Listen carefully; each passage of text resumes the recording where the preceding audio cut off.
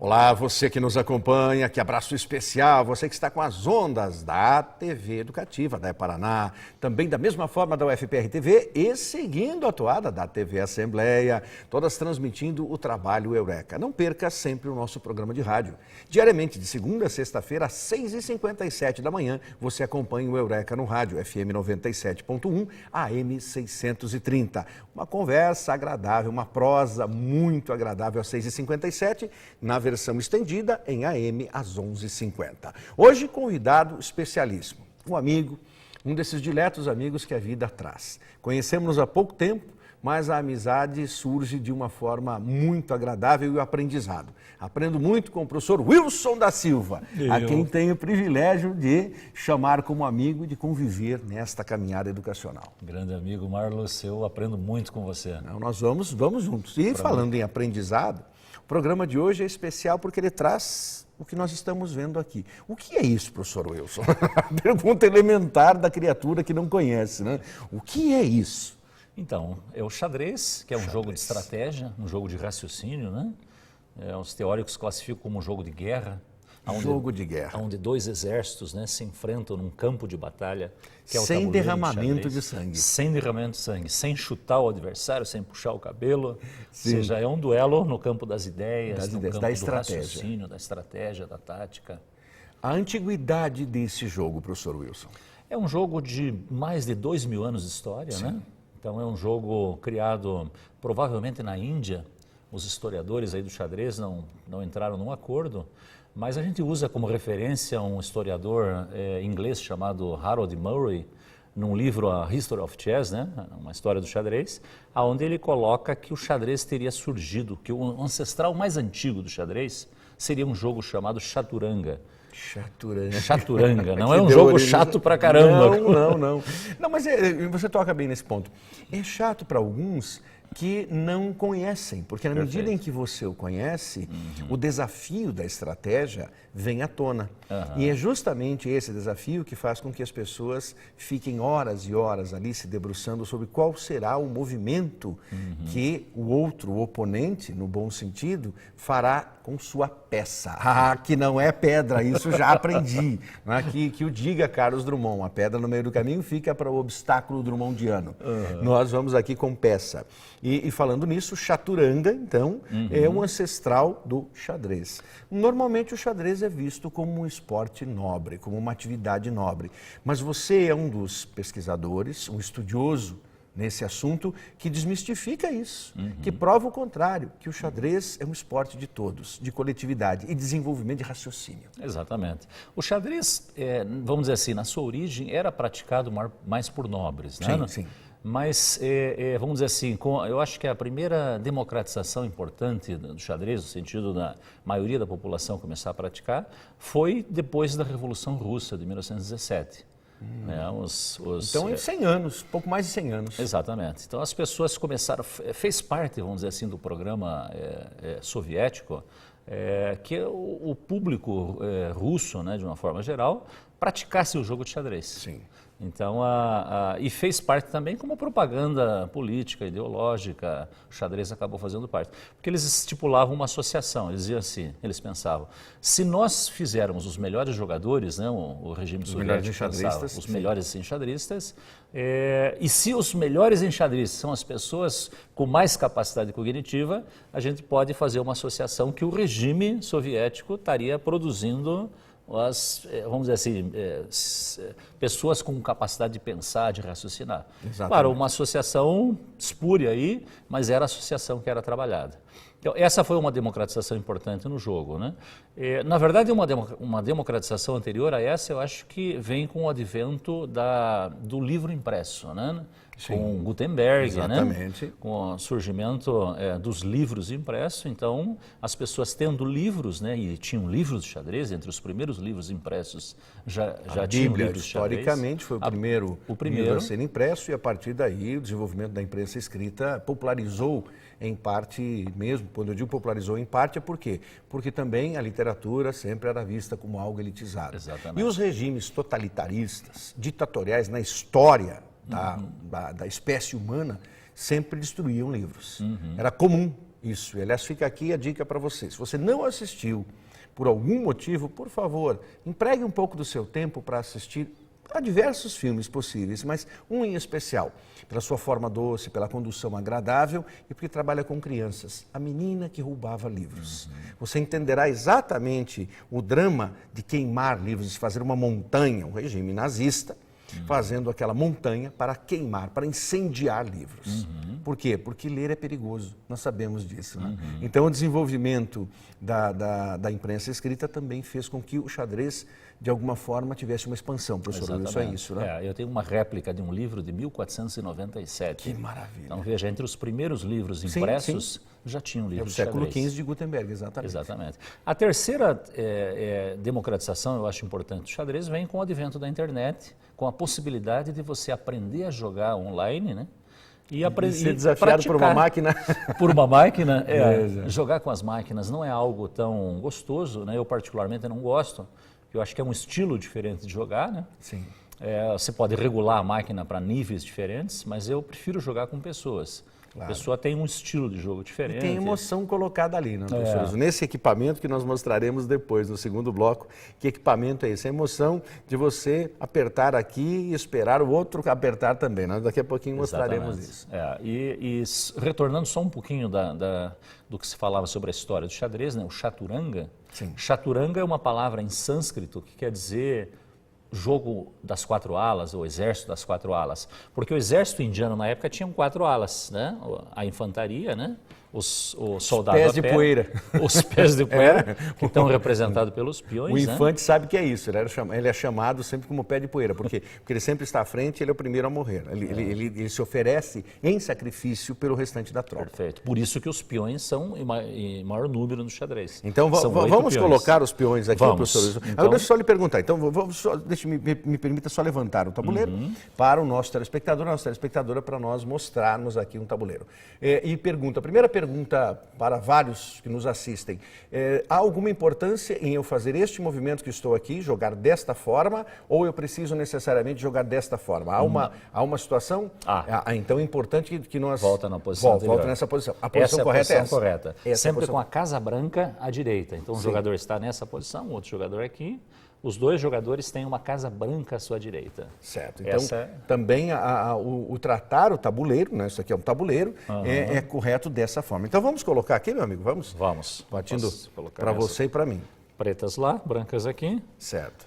Então, a infantaria, como eu dizia... Coloca a infantaria. Vamos colocar a infantaria também. A segunda fila.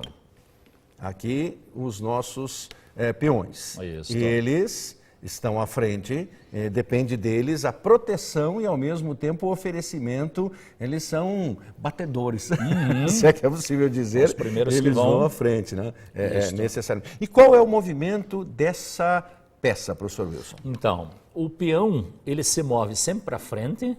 2 casas? Na primeira jogada de cada peão. Na primeira jogada. Então, cada peão que não se moveu pode avançar 2 casas. Na primeira situação. Isso. E aí é um controle do oponente também, que fica olhando, né, nessa situação. 1 ou 2. Depois que ele já se movimentou, só 1 casa por vez para frente. Diagonal não pode? Diagonal só para capturar. Só para capturar. Então, por exemplo, se você joga o teu peão nessa posição, eu posso. Né, o branco, se tiver na vez, pode capturar. Observe que eu não salto a peça como no jogo de damas. Sim. Eu ocupo a posição da peça. Eu gostei da palavra capturar, porque alguns já dizem assim, prender, matar de uma vez. Não. Eu gostei do capturar, porque captura porque daí ele vai para lá, vai para a prisão. Não vai para uma masmorra, mas vai lá, espiões. Num jogo de xadrez, professor Wilson, a questão dos peões é essencial, porque eles não só se oferecem, mas eles são as pedras com menor, as peças com menor valor, correto? Exatamente. Teve um francês chamado Philidor, né? François Philidor, ele disse uma frase muito interessante sobre os peões. Ele disse: os peões são a alma do xadrez. Olha só que beleza. Então, os peões, na verdade, são um elemento estrutural muito importante de uma partida. Sim. Né? A posição que os peões ocupam na partida, ela determina o tipo de plano que você vai utilizar. Então, você que é um pesquisador, já é um autor de várias obras, nós queremos falar sobre esses livros daqui a pouquinho no segundo bloco. Ao jogar uma partida mesmo de xadrez, o primeiro movimento do indivíduo já é um diagnóstico de como ele joga, se ele conhece do assunto ou não. Né? Perfeito. Um jogador que joga um peão de ala, um peão de canto, revela já um jogador que não conhece princípios fundamentais do jogo. Porque exemplo, não deve deixar atacar pelos flancos. Não.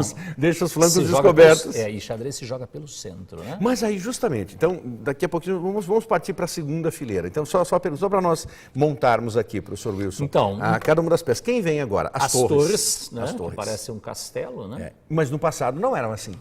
Na verdade já foi um barco de guerra já esse foi aqui, um barco.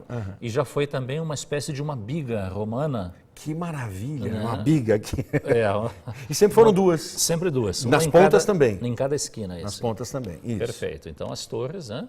Depois ao lado das torres... Movimento das torres, professor. Então, movimento das torres. O movimento da torre sempre em cruz, vertical e horizontal. Então, e várias casas. Várias casas. Ele pode passear à vontade aqui, isso. fazer isso. Se associar com a matemática, faria o sinal de mais, né? Isso. Então, dá para fazer algumas associações. Então, ela captura como ela se move. Se a peça adversária se encontrar no raio de ação, pode ser capturada. Os cavalos, né? Vem em seguida. Essa é uma peça... Sempre foram cavalos? Essa é uma peça muito bonita, né? Essa nunca mudou nem de nome e nem o movimento dela. Sempre foi E as pessoas não gostam de perder os cavalos, né? Não. Por quê, professor Wilson? Porque é uma peça tática, né? Uma peça que chega na posição e ameaça 8 posições, às vezes, adversária ao mesmo tempo. Então, uma peça forte. Uma peça forte, uma peça tática importantíssima. E como ela se movimenta no tabuleiro, professor? Sempre em L, fazendo a letra L maiúscula, né? Mas L é assim? Não, L é assim, vertical. Pode ser um L em qualquer posição. Em qualquer Duas situação. casas e vira. Então, eu posso virar para cá, exatamente, porque aqui eu tenho um L. Certo. Como eu posso virar para cá, porque aqui eu tenho outro L também. Isso. E aqui, não é uma brincadeira assim, mas eu estou fazendo questão de não tirar a mão da peça. Exatamente porque no momento em que eu tirar, acabou. Feita está jogada. Enquanto eu estiver segurando, você ainda pode... Ainda posso retomar... Mas ainda mexendo com essa peça. Outra peça não? Não, porque você já tocou na peça. Eu já toquei na peça. Interessante, importante dizer isso. Então eu não posso simplesmente, não, agora o cavalo não quero, eu vou passear agora com a torre. Não posso fazer isso. Não pode. Tem uma regra que diz, peça tocada é peça jogada. Tirou a mão da peça, o lance está feito. Então o jogador tem que arcar com as consequências, né? Se o lance for ruim... Pense antes. Pense antes. Essa eu acho que é uma grande questão importante do xadrez para a educação. Você pensar antes de fazer e ser consequente com a ação que você fez. Sim. Se foi boa, os louros, né? Se foi ruim, você arque vai ter com que... isso. Arque com isso. Você pode, com isso, perder a peça ou perder uma situação que poderá recuperar. Daí está também uma das belezas do xadrez, a possibilidade de uma recuperação, porque você, a outra jogada, você depende sempre de uma outra jogada. Sim. E pode ser que o outro também cometa um equívoco tão grande ou maior do que o seu. Com humanos, né? Com pessoas. Com máquinas porque não. Com a máquina é inexorável. Se você perder um peão, a máquina vai te ganhar o final por causa daquele peão. Certo. Então a máquina não erra na tática, a máquina ela ainda não é tão boa na estratégia. Sim. Mas como o xadrez é mais tática do que estratégia, a gente joga mais. O que eu me refiro com tática? É confronto de peça, captura de peça. Certo. Né? Então a tática é mais concreta, a estratégia é mais abstrata. As máquinas não são tão boas na estratégia, mas a gente perde para elas na tática. Olha aí, fica o registro. Nós temos que fechar esse primeiro... Gostou, não é? Está gostando? Está com vontade de jogar xadrez? Então faça isso. No segundo bloco, o professor Wilson trará as suas publicações. Ele que é um pesquisador, dedica-se ao desenvolvimento do xadrez, mas no âmbito escolar, entendendo o xadrez como um dos instrumentos de apoio à construção do saber. Privilégio, professor Wilson, privilégio é todo meu. E parabéns por esse trabalho que o amigo desenvolve há muitos anos. Parabéns mesmo. Obrigado. Nós já voltamos, intervalinho rápido, cultural, e na sequência, segundo bloco do programa Eureka de hoje. Continue conosco.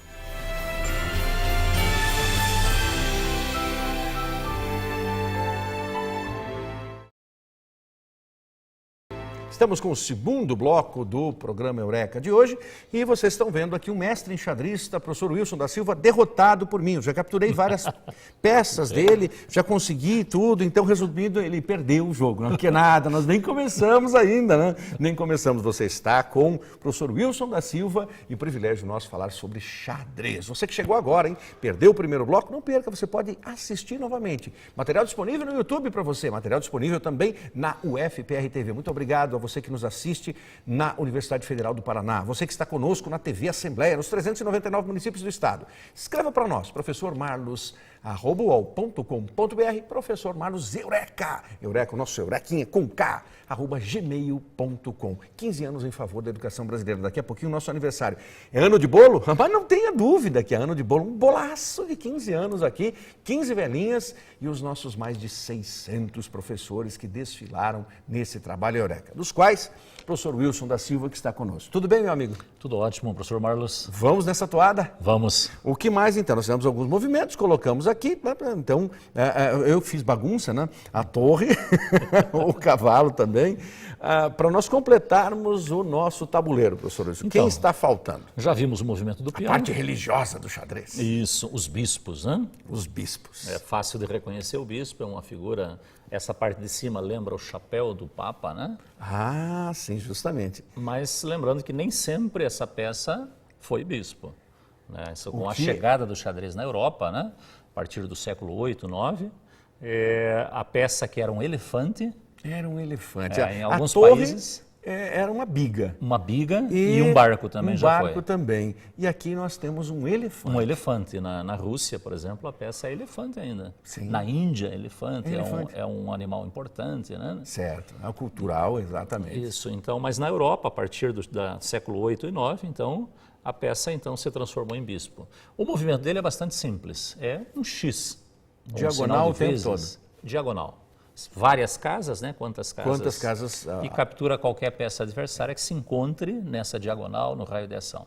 Curiosidade minha, dessas três peças aqui, professor Wilson, numa partida de xadrez, qual das três, não diria desprezível, mas ela pode ser perdida em função de uma situação de estratégia e qual delas é temerária se você a perder? Veja, é uma pergunta interessante cuja resposta é difícil de você dar, porque depende muito da situação. As peças têm um valor, sim, mas é um valor relativo. A gente atribui o valor 1 para o peão, o valor 3 para o cavalo, 3 para o bispo e 5 para a torre. Ah, então a torre é mais importante. Eu não diria assim 5 pontos. O valor é atribuído em unidades de peões. Sim. Então o peão vale um peão, não vale nem mais nem menos do que ele. Quantos peões vale um bispo? 3 peões. Quantos peões vale um cavalo? 3 peões. Quantos peões vale uma torre? 5 peões. Só que veja, por exemplo, o peão, se ele atravessar o tabuleiro e chegar do outro lado, ocorre a promoção. Ele pode se transformar numa peça mais importante, numa dama, por exemplo, né? Sim. Rainha, né, como dizem, mas o nome correto é dama. Então, cada peça tem uma particularidade. Elas têm movimentos diferentes. Melhor é não perdê-las. Isso. Agora, existe existe o que você disse, que chama-se sacrifício. Sim. E o que é o sacrifício no xadrez? É você entregar voluntariamente, não é perder a peça por uma má estratégia. Você sabe o que está fazendo. Isso, você entregou a peça pensando num ganho maior. Exato. Isso chama-se um sacrifício e é um dos movimentos mais bonitos que tem no xadrez. Sobretudo quando o sacrifício envolve, por exemplo, às vezes a dama, que é a peça mais poderosa do jogo. Então falemos sobre ela. Então, o mês da mulher, justamente, eis aqui a rainha, entre aspas. Exatamente. O termo rainha não é tão aplicável assim. Não, no Brasil, em países de língua latina, utiliza-se a expressão dama. Dama. Em função da inicial da peça. Porque rainha é o R e rei é o R também. Sim. Então, não tem esse problema em inglês. O K para king, né? E o Q, queen para dama, né? Mas em português a gente tem esse problema, então a simbologia adotou o nome dama. E por que ela é mais importante que o próprio rei? Porque ela... Nessa escala de peões, bom, exatamente, o rei acabou, né? Seriam 9 peões, né? 9 peões ela é poderosa. Nem tem no jogo 9, tem 8, mas o valor dela seria 9 peões. E o movimento dela ela soma 2 movimentos. Soma o movimento da torre e o movimento do bispo. Vale pelos dois, então. Vale pelos dois. Ela pode fazer a festa no tabuleiro. Exatamente. Então E é uma peça muito poderosa. E é ousado liberá-la já no início? Porque, não, só os amadores fazem isso.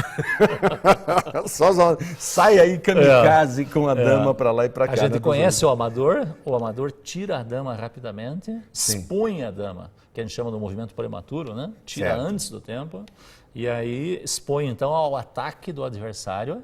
E se o adversário ataca a dama com uma peça de menor valor, a dama vai ter que fugir. Claro. Ao fugir, você perde uma jogada que você poderia estar utilizando na tua estratégia em outra de ataque. situação. Então é um erro muito comum entre o principiante. Retirar as peças mais valiosas o mais cedo possível. E daí é uma perda, né? Sem dúvida nenhuma. Porque essa peça se expõe, né? A dama no meio do tabuleiro pode Ela ser não atacada. ela não tem limite de casas. Não. Ela pode andar, Quantas casas se movimentar no tiver livre. tabuleiro livremente. Perfeitamente. Bom, e chegou aquele que recebe o checkmate. Exatamente. O rei, né? O rei. Sempre o rei ele tem uma cruz na parte de cima, né? Sim. Se reconhece facilmente. Mas o rei tem uma importância simbólica só no tabuleiro. Em termos operacionais... Ele não faz nada. Ele não faz nada. Ele, é Ele bom fica vivant. escondido, Ele na fica verdade. sentadinho ali na cadeira. É a rainha que manda ver. Isso. O movimento dele, na verdade, é uma casa para qualquer Uma casa. direção. A dama é várias casas Sim. para todas as direções. E por que essa concepção que coloca... Na verdade, então, a dama é bem mais importante que o rei. É um general de 5 estrelas. Sim. É uma peça operacional. Sem a dama é muito difícil de jogar. Pétalo. Um Eisenhower. O rei tem essa importância mais simbólica, né? Porque o checkmate está associado ao rei. Sim. Nem sempre foi assim. Na verdade, Isso é importante dizer. Né, depois do surgimento do xadrez, 100, 200 anos depois, não se aplicava checkmate, capturava-se o rei. Sim. Que é diferente do checkmate. Terminava com quem não, o exército, ou melhor, o outro lado não tivesse mais peça nenhuma. Não, na verdade, existem algumas tribos, né? Morre o governante, o chefe, né? Corta-se a cabeça.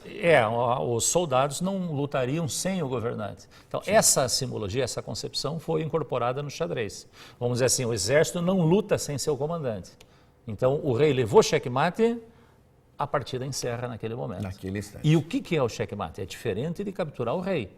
O iniciante acha que checkmate é capturar o rei do adversário. Não, o rei morre dentro do tabuleiro. Sim. Checkmate, então, é quando o rei está ameaçado por uma peça E adversária. ele não consegue, não tem mais saída. Não tem nenhum movimento possível. Nenhum movimento possível. Todos os movimentos que ele possa fazer, nenhum tira o rei do checkmate, da ameaça da peça adversária. Então aí encerrou a partida. Acabou a partida. Antes de começar a partida, você cumprimenta o seu adversário. Sempre. E você não deseja boa sorte, você deseja uma boa partida, porque Boa a sorte partida. não influencia. Terminado a partida... Boa essa. Você prestou atenção, a sorte não influencia. Terminou a partida... Cumprimenta você também. cumprimenta o Independentemente da derrota, da vitória. Eu acho esse fair play, né? Sim. Bastante interessante. Porque se você me venceu, eu estou frustrado, é evidente, ninguém quer perder. Mas eu tenho que admitir que o jogo foi superior ao meu. Você jogou melhor que eu, errou menos do que eu, então, portanto, você mereceu a vitória. Então, isso é uma ideia interessante que a gente cultiva sempre na escola, para que as crianças aprendam que o resultado é proporcional ao quanto você investe. Perfeito. Se você estudou mais xadrez do que eu, é esperado que o teu resultado seja Professor melhor Wilson, do que o nesse meu. sentido, conte-nos, porque daqui a pouquinho nós jogaremos e em 4 movimentos derrotarei o professor Wilson. Não perca, daqui a pouquinho no final do programa. Já está avisado. Já está avisado, vocês são cientes, tá? Só aplaudir você que está em casa agora. Mas o professor Wilson já colocou, nós discorreremos sobre esse equipamento, mas conte ao nosso telespectador sobre as suas publicações, professor Wilson. Então, eu tive a sorte, o privilégio, eu diria, né? Numa escola pública com vários problemas, tem escolas públicas ótimas, mas essa que eu estudei tinha diversos problemas, mas eu tive uma experiência... Cita o nome da escola, meu amigo, por favor. É uma escola que não é nem de Curitiba. Mas, sim, de outra localidade. De uma outra localidade. Tive a oportunidade de visitar essa escola recentemente. Né? A escola tinha uma valeta assim, que passava no meio da escola. No meio da escola. A gente brincava de pular, eu sei o que é isso. entrar na manilha. Né? Quando visitei a escola, até falei com a diretora, falei, olha, essa escola tinha uma valeta aqui. Não, nunca teve. Eu falei, sim, tinha, eu pulava a valeta. Né? Eu sei bem o que é isso, uma valeta dentro da sala de aula. A sala de aula estava colocada com um anilhamento aberto e o professor ficava do lado de cá, o quadro nas costas, e os alunos ficavam do lado de lá. Claro. Sim, sabemos o que é isso. Mas justiça seja feita. 2 experiências, eu acho assim, foram extremamente significativas na minha vida nessa escola. O gosto pela leitura, que não veio de casa, veio da escola. Eu tive uma professora que quando falava sobre livros, falava com paixão, o olho brilhava e a gente dizia assim, nossa, deve ser legal Cita isso. o nome dela, professor Wilson, lembrar, Infelizmente, a experiência foi há tanto tempo, né, que eu não me recordo, ela não era nem uma professora titular o carinho a essa docente sempre. Era uma professora substituta que passou pouco tempo, mas o suficiente para influenciar. Mas deixou a marca. Sim. O xadrez eu tive o privilégio de aprender numa aula de educação física também, em dias de chuva, a escola não tinha uma quadra coberta, a gente ficava em sala e aprendia. Para os tabuleiros. Então foi fundamental na minha vida e Eu tive também uma experiência com o grande mestre internacional de xadrez aqui de Curitiba, Jaime Sunier Neto. É um grande mestre, é um jogador de altíssimo nível. E eu tive a sorte de trabalhar com o Jaime e aprender muito com esse grande mestre. Sim. Ele tinha retornado da Europa com a experiência que ele adquiriu na Europa sobre xadrez escolar, formou uma equipe de trabalho, me convidou para fazer parte. Então eu tive o privilégio assim de aprender muito e continuo aprendendo. E aí comecei a pesquisar, já logo após comecei a trabalhar com isso, comecei a pesquisar. Escrevi um livro chamado Meu Primeiro Livro de Xadrez, Curso para Escolares. Meu primeiro livro de xadrez. É um livro que me deu muita alegria de escrever no início dos anos 90, né? O MEC adotou por 2 vezes esse livro, né, como um referencial para todo o Brasil. Depois, um livro chamado, mais no campo aí de pesquisa, chamado Xadrez e Educação, Contribuições do Xadrez para o uso pedagógico, né, como instrumento pedagógico. Esse livro também pela editora da Universidade Federal do Paraná, né? E agora o último livro foi um livro voltado assim para professores também, mas que pode ser utilizado por alunos, né? Que bom, professor. Chama-se Xadrez para Todos, a Ginástica da Mente. Xadrez para Todos, a Ginástica da Mente. Procure, você encontra sim. O Oráculo Google sabe onde localizar, né, professor Wilson? E também fique à vontade para adquirir. Sempre vale a pena para você pensar em xadrez. Perfeito. E esse equipamento, professor Wilson? Agora vamos jogar, porque eu estou sentindo que o programa se aproxima do fim e eu percebo um certo receio do colega na derrota iminente que acontecerá. Esse é um relógio de xadrez, Estou né? provocando, levarei uma surra.